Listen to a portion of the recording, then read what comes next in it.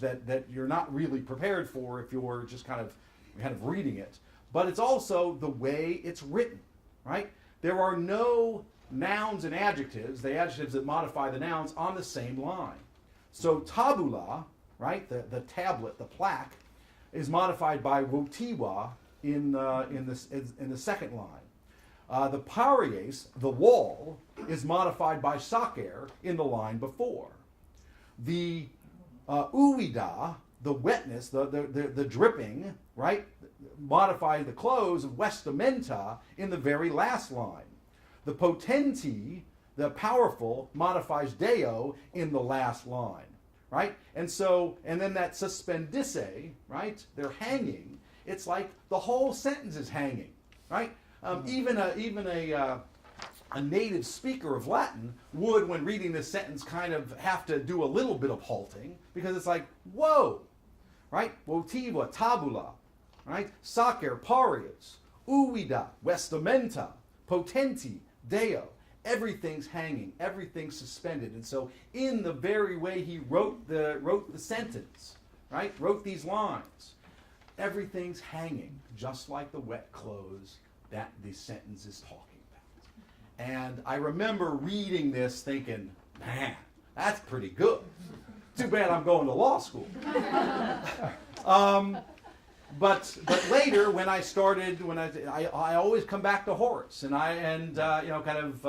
there's a part of me, because I still teach the Greek literature and translation class, and I always talk about this poem. I always kind of use this as an illustration, saying this is all the stuff that we're going to read today of that Horace. That all this is all the stuff that you're going to miss, because we can't do this in English, right? And so you can appreciate what Horace does here, but when you're reading it, you really can't.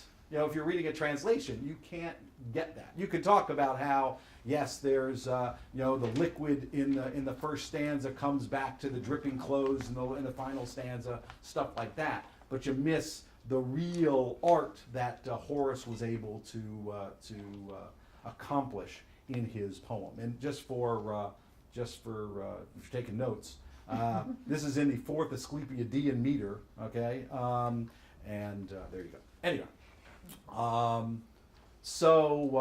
Anyway, perhaps, and then the other thing on the back of the back of the sheet is a poem by Philip Freneau, and I'm not going to talk about this in depth. I just want to mention this because I wrote an article, and this came straight from my teaching, because here at CCSU, because when I was hired as an Americanist, I all of a sudden had to teach American Lit, American Lit 1, right? English 210, and that's a class I'd never taught before before I got here. And so I'm reading all this stuff, and this was in a lot of anthologies, this hurricane, and I was reading the notes, and it talks about how Freneau was a ship captain, and he was in a hurricane in a certain year, and how he's trying to capture that. I'm thinking, now, I don't know anything about sailing, okay? I don't know anything about sailing. But I'm thinking, if I'm a ship's captain, if I'm in the midst of a hurricane, I'm not writing a poem. No, right? Once again, I don't know, maybe. But, and so to think that he's trying to capture what it's like to be in a hurricane seems silly, especially since you don't get a lot of images of the hurricane itself. So then I started reading about it, and there were people saying, "Oh, well, this is a good example of romanticism because you've got the trembling pilots and the trackless way, and the mountains burst on either side, and skill and science both must fall. So it's clearly but romanticism hadn't really started yet, so it's a pre-romantic poem, and all this stuff." And I'm reading this thinking, no. Freneau was a classics guy, just like everybody who went to college. Back in the good old days in the 18th century, to get into college, you had to know Latin and Greek, right? And so that's what you studied when you went there, because let's face it, if you're an English speaker, you don't need to study Shakespeare because you can read that on your own. You don't have to study Milton because you can read that on your own. You need help if you're reading ancient stuff. That's what you need the help for. But anyway, I digress. But anyway, so I read this and I say, well, you know what this is? This is a ship of state poem that Horace had an example of, that Horace took from Alcaeus, that Quintilian and all sorts of other people started talking about. And this was written in the mid 1780s, when we had already won the revolution, right? We'd already won the war, but the Articles of Confederation weren't working very well, and he's talking about what's going on, because it's but what a strange uncoasted strand, line 19, is that where fate permits no day. No charts have we to mark that land, no compass to direct that way. What pilot shall explore that realm? What new Columbus take the helm? Where are we going? Right? We don't have a direction. We don't know what we're doing because we're making this trackless way. And so I wrote this article and got it published, but it all came from my classics background, my reading this thing saying, it's not any of these things that's already been written, but I think the most obvious thing, the thing that Freneau would say, that I recognize is the article I wrote. And it's all because I come to this early American literature not, kind of not from the perspective of American literature, but from this ancient background, this traditional learning that all of the folks who were writing in the 17th and 18th centuries were well versed in. Anyway, so it was great to kind of say, all right, well, here's where what I've done and can actually make a difference in the way I teach and what I have to contribute to the discipline and all of that. I remain here. I just celebrated 20 years a couple years ago. So and I love coming to work every day. Whether my students are glad I come to work every day is another question. I won't ask you, Michelle, to answer that question. But my path is not the traditional one in one sense. On the other hand, it very well is.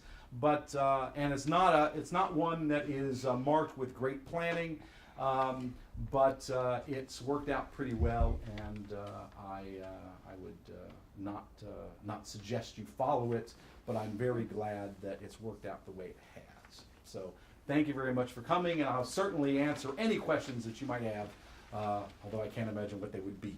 But anyway, thank you very much.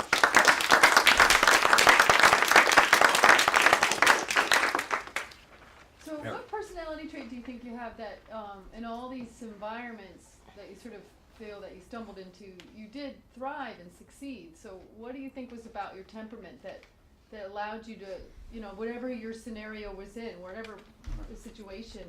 Well, if I make decisions quickly without a lot of thought, I tend not to regret things. I tend not to say, oh, I should have, why didn't I do that?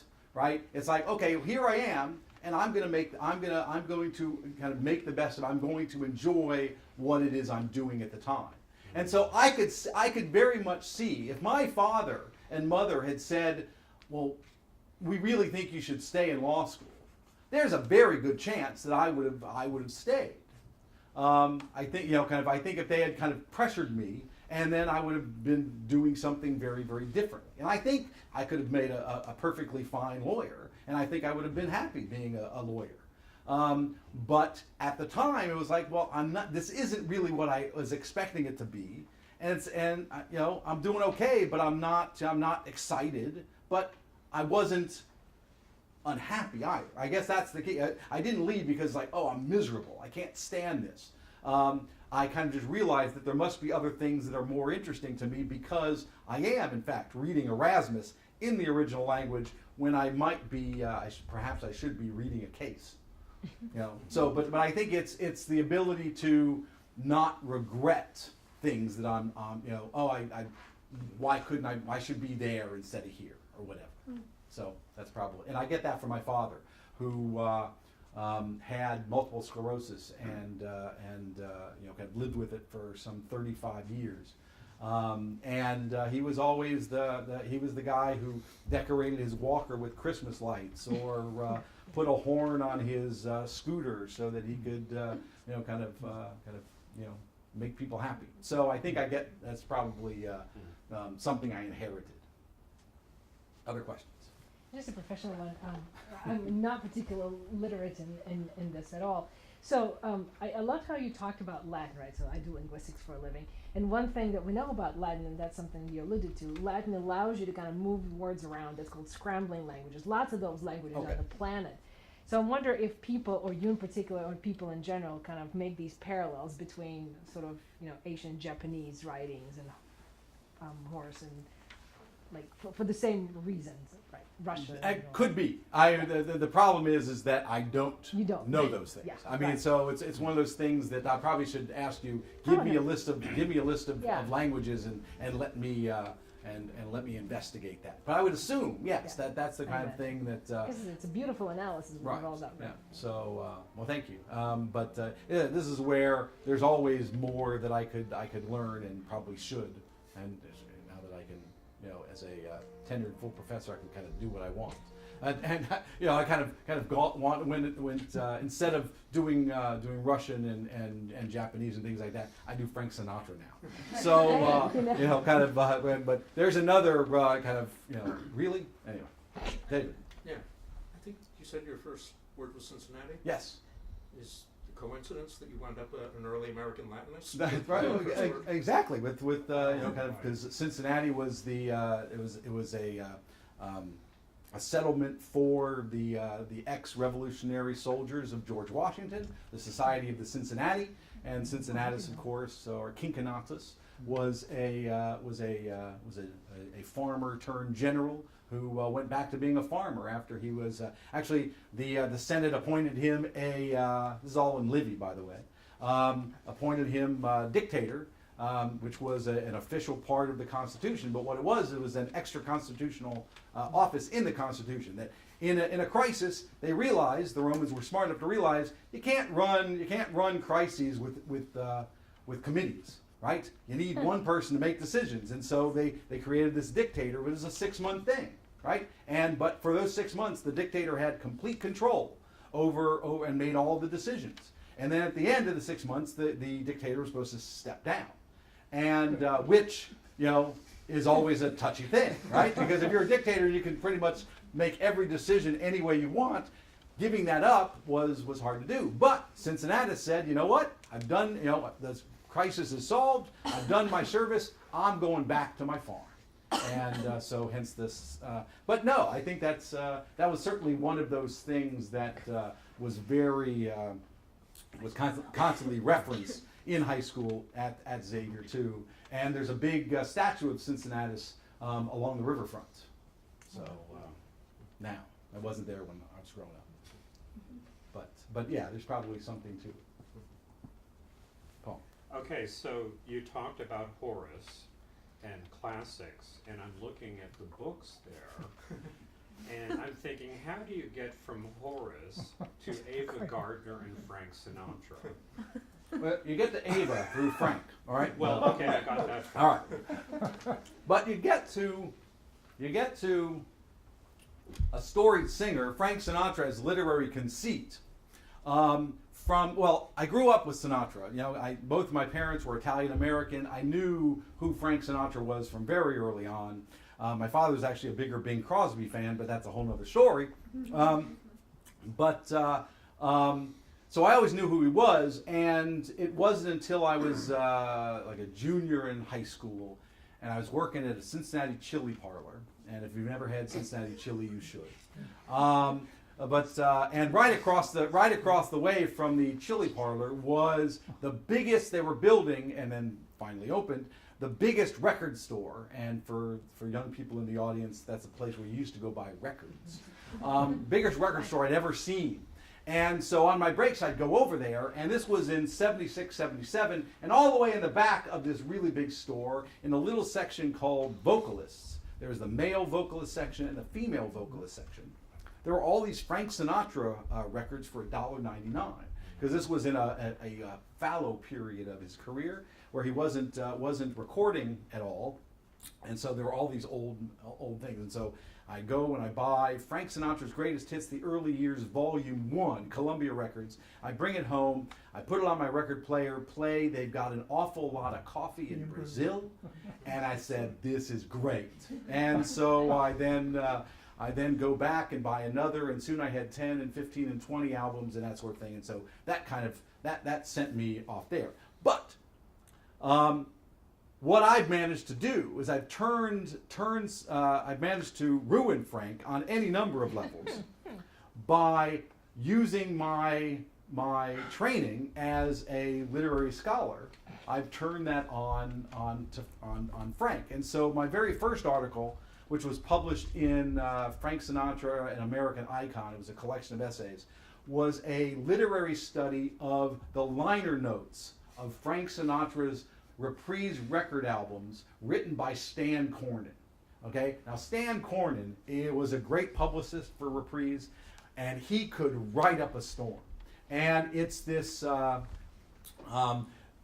epic nature of these albums, and I mean they're just remarkable. And I think I do Stan I think I did him not an injustice. I think what do you do what's the opposite of doing someone? You don't say you do him justice. I did him. I wrote something worthy of the stuff he was writing, and I celebrate Stan Cornin's liner notes. And so it was that sort of view of how does this guy use language to describe Sinatra that then got me onto thinking about other things as well. And so then I started looking at things written specifically for Sinatra, and then I started looking at songs. I started collecting songs that mentioned Sinatra, and so that all then became a little minor industry. But chapter 1 of my book, Come Fly, Dance, and Waltz with Us on Equal Terms, the Whitman-esque Sinatra of Sammy Cahn.